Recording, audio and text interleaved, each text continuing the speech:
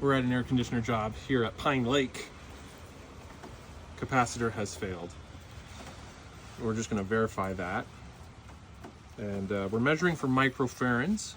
I won't get into the dirty details of that, but we should see a reading of 10 microfarads, and I'm seeing 0. So no good. We got the new one, and we're going to verify that before we climb on the roof in the rain in my rubber duckies. Because we don't want to waste our time climbing up there, getting the cover off and all that if this thing brand new doesn't work. So okay, we should see 10 microfarads plus minus 5. So it gives you a variance of plus minus 5. And we got 10.1. This one's good. So we're going to go up with the good one and get that installed. If you got an AC problem, give me a call.